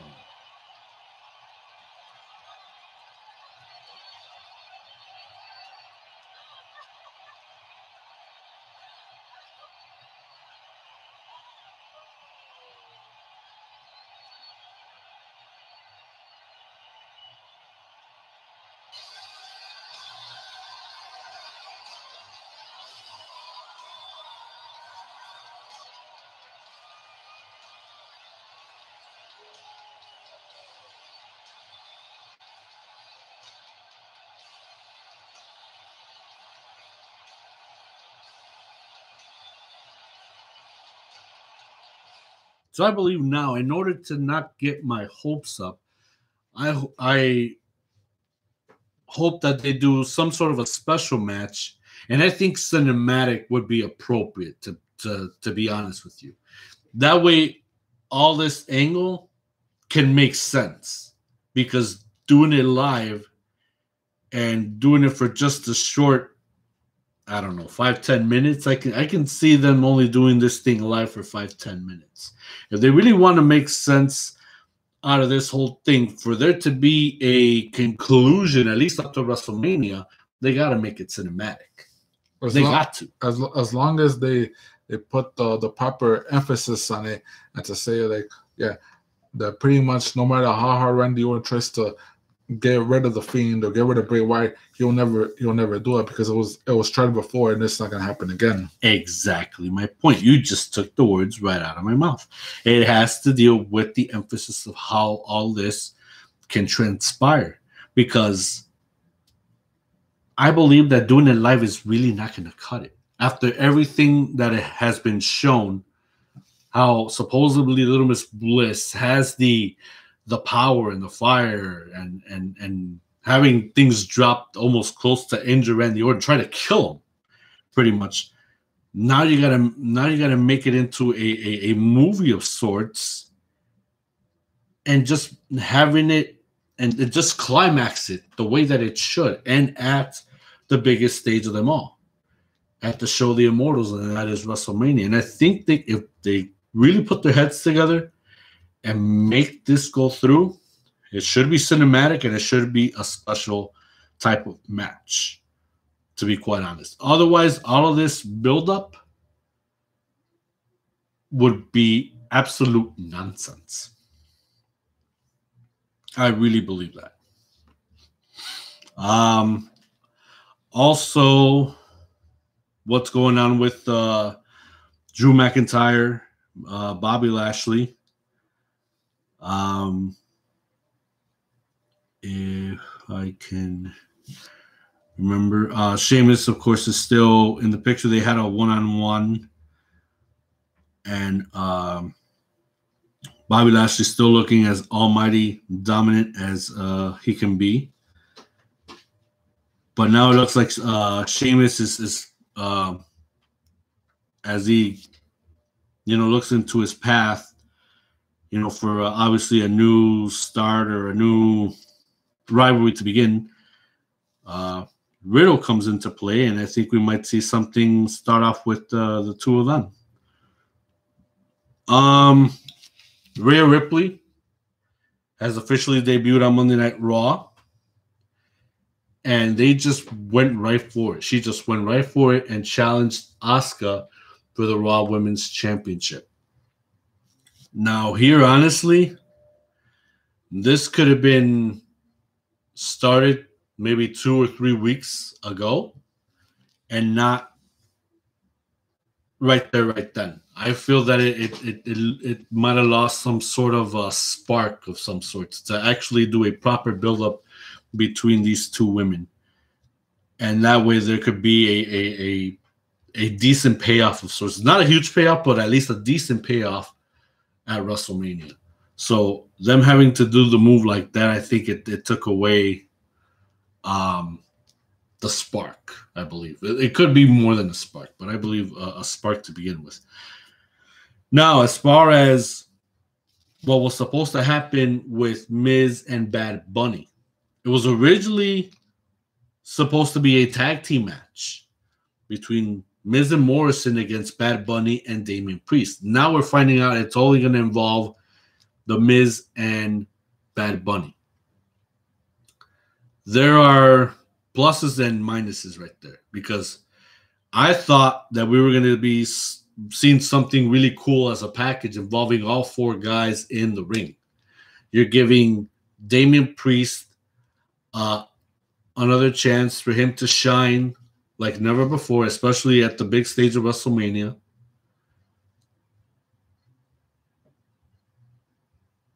But in a negative way, having not to get that spot along with the other guys, they kind of took away an opportunity for him. It really does.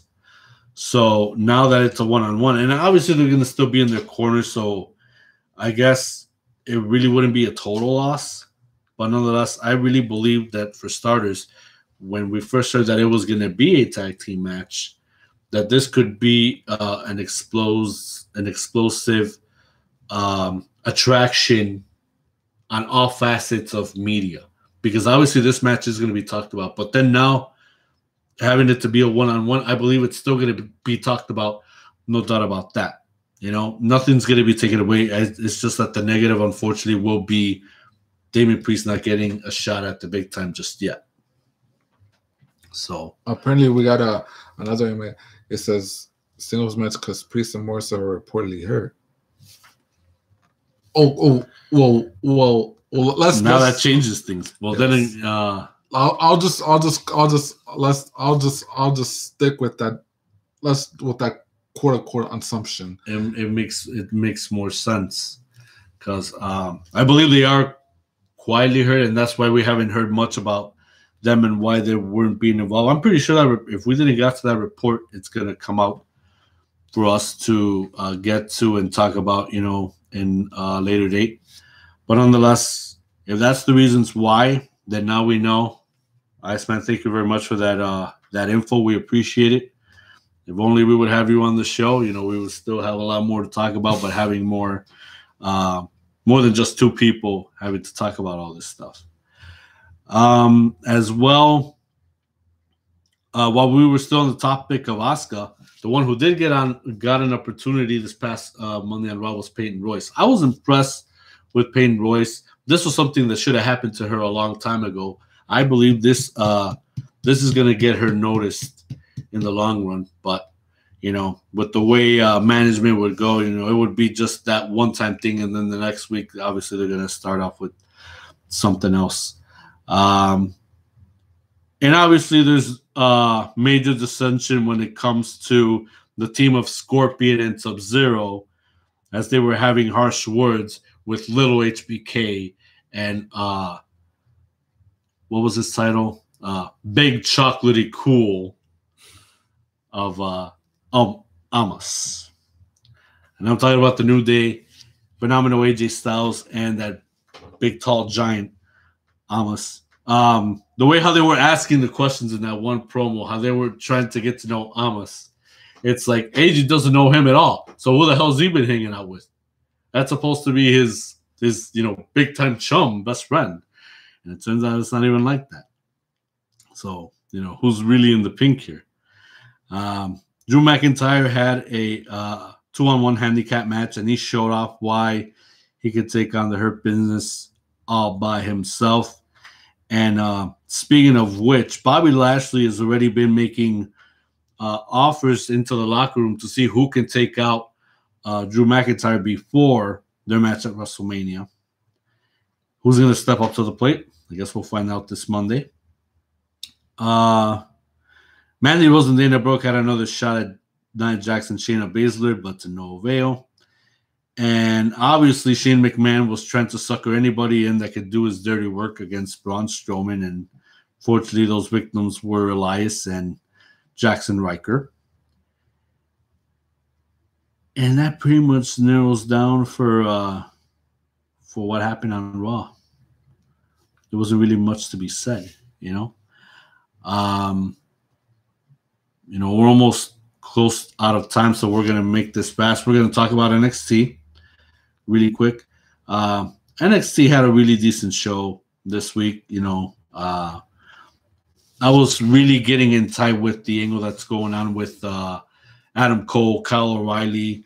Man, they've been sparking it up more than freaking setting, gasoline onto the fire and just making it blaze for as much as they did, and it really, really paid off with the unsanctioned match now being official. They signed for it. William Regal was in the middle. What we didn't got to see, unfortunately, once they went off the air, was the aftermath of that whole combustible view, because what happened afterwards, it really, really got a lot nasty very, very fast. And right now, we're going to see it, and you guys are going to hear it. Right here, right now, where this whole thing began for you and me, the PC, the CWC, I don't give a damn what you want to call it, Cole. Do you remember how they went off the air, right? You're ready. Yeah. Fade up. I've gotten security. This is right after they were off the air. The powers that be don't want us to go at it. Now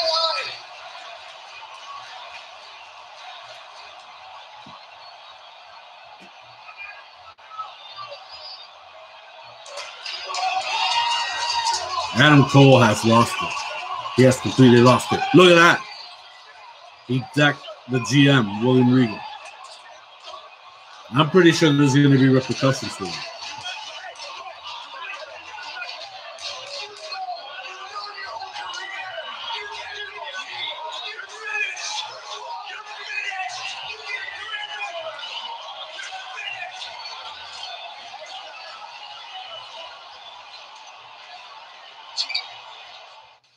That is really cooking with gas.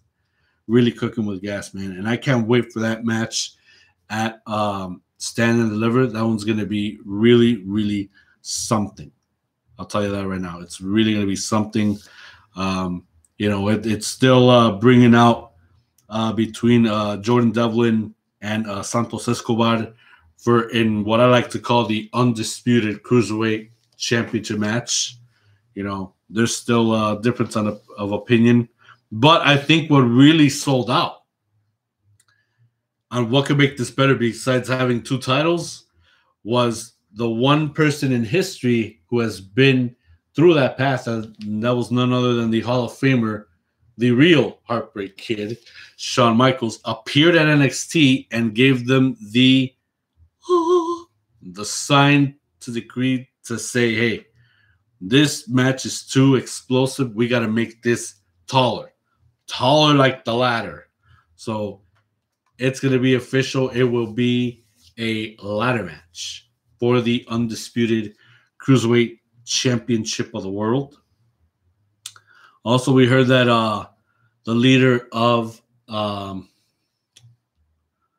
the UK faction, Imperium, Volta, he's going to be defending his NXT UK Championship that he has already held, I think, for 400, 500 days. I lost count. He will defend it against Tommaso Ciampa. That one is going to be interesting, too. Looking that it's David versus Goliath, but I think Ciampa has it in him to outsmart Walter in a very huge way. I can't wait for Karrion Kross and Finn Balor, the NXT Championship. Ever since they've been shooting off words out of their mouths, but at the end, think Finn Balor was the one that got the final pun, to be really honest. Now they start out the night. It was a tag team match between Io Shirai and Zoe Stark, facing off Dakota Kai and Raquel Gonzalez. Still impressive on all fronts. These 4 ladies really, really brought it on. And I can't say that much enough. Unfortunately for LA Knight, I can't say the same, and I really wanted this guy to really bring it, to the masses. But the colossal one, Bronson Reed, was just too much. Just way too much, man. And, LA Knight is going to have a lot of work cut out for him, to be quite honest. So we'll see how it's going to go with this guy.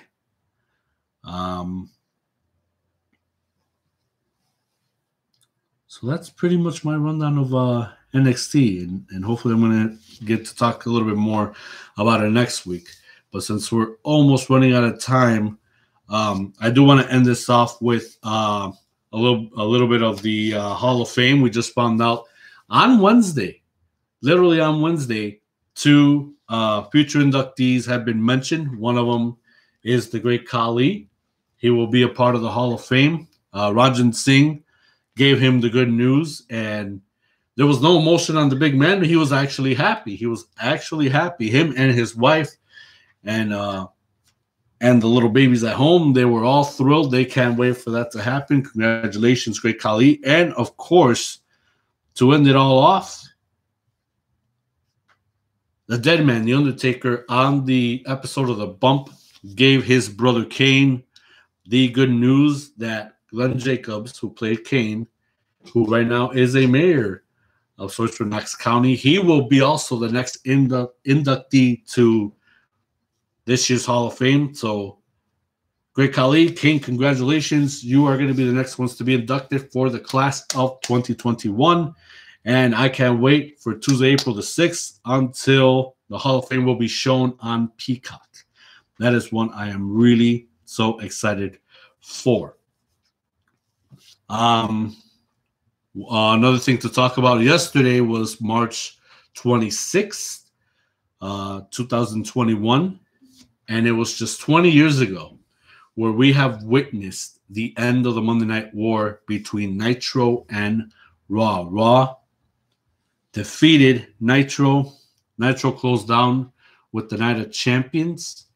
And to close the show once and for all, it was Shane McMahon that stole the show with the rivalry that they had for between him and Vince McMahon. And they were just 1 week away from WrestleMania 17. And that was one of the best WrestleMania pay-per-views that we have witnessed in its history. That one was one of the most seen in terms of pay-per-view buy rates. It was just awesome. And if this WrestleMania of this year was like 17 in a way, we would be more amped up for it. But at that time, we were more amped up for that one than how we are for this one, to be honest. Yeah, and I just want to say, like, I agree with you. WrestleMania 17 was true. And I want to say, for those of you people watching us right now, if you still have the WWE Network app, do yourselves a favor, take advantage of it while you still can. Because if you still have not made your account of Peacock, you can still have the time. But for now, if you still have the WWE Network app and you want to relive that WrestleMania along with the other WrestleManias and everything else, the best thing that can happen to WWE, WCW, do yourselves a favor and take advantage of it now while you still can, because before it is phased out, only you can have the chance. And of course, we'll take advantage of the WWE Network, even if it is for another 4 days or so. Yeah, because supposedly on Monday, April 5th, how we have seen the layout on Peacock, it's just mentioned as WWE Hub, but I haven't been on it lately. So unless they make changes, Monday, April 5th, that's when Peacock makes the WWE Network official on their site, whether you're watching it from their website on peacock.com, or if you got the Peacock app, since we got Fire TV, unfortunately, there's no official Peacock yet. But we have it on PlayStation 4, so that one is official.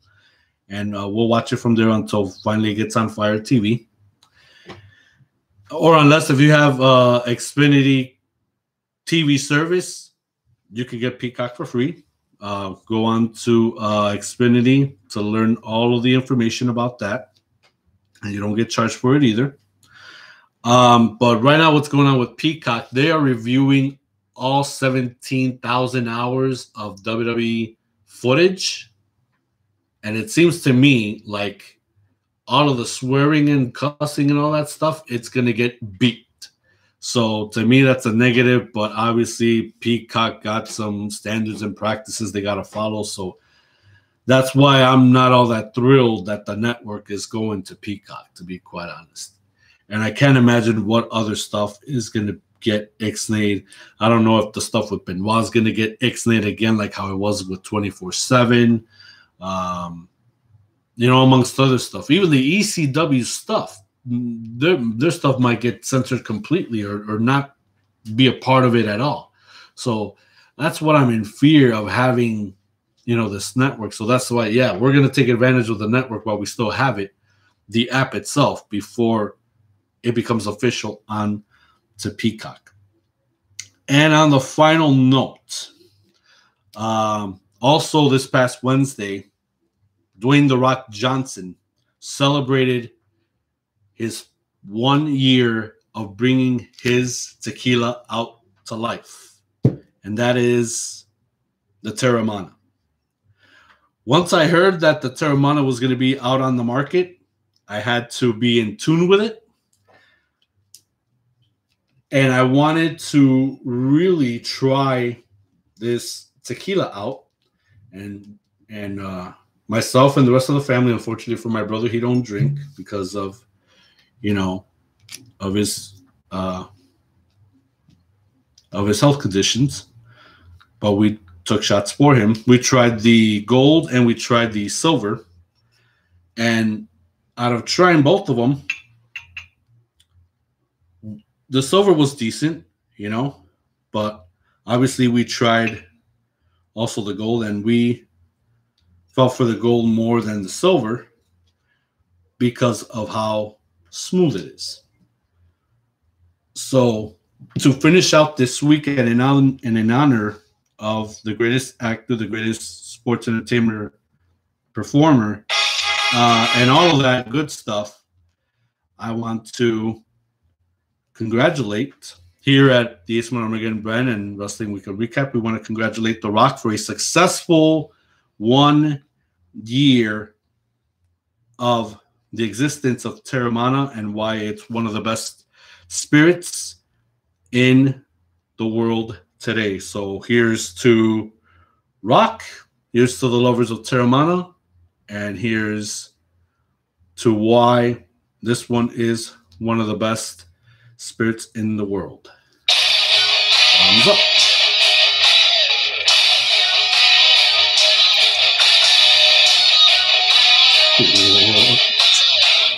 Woo! What a way to end the show. What a way to end the show. So, guys, that's it for us. We thank you very much for tuning in. Already at this point, oh boy, that it got to me. I'm going to get another one. At this point, 2,690 subscribers. Thank you so much, guys. It is truly a blessing. We can't appreciate it enough. Keep on doing what you're doing, liking, commenting, subscribing on those old school wrestling videos. That's what's really doing it for us. And if you're watching this show, awesome. We also have the Mortal Kombat interviews and the gameplays. You guys rock. From the bottom of our hearts here at the Eastman Armageddon Brand, thank you so much. We certainly appreciate it. And until then, this has been the one and only Jade. I am Aceman. Thank you for watching tonight. We will see you next Saturday. And we're almost on the roll for a 5-night extravaganza as far as the WWE is concerned, with Raw, with the Hall of Fame, with the NXT Stand and Deliver with SmackDown, and the 2 nights of WrestleMania, man. It's going to be a busy night, a busy week for WWE once that week comes. But until then, we're going to still continue with the latest good, bad, and the inside news of what we deliver here, what happens in the full week, as we give you the best here on the Wrestling Weekend Recap. Until then, have a good night, everyone. And remember to mask up, stay safe, peace and love worldwide. We will see you here next week. Have a good night, everyone.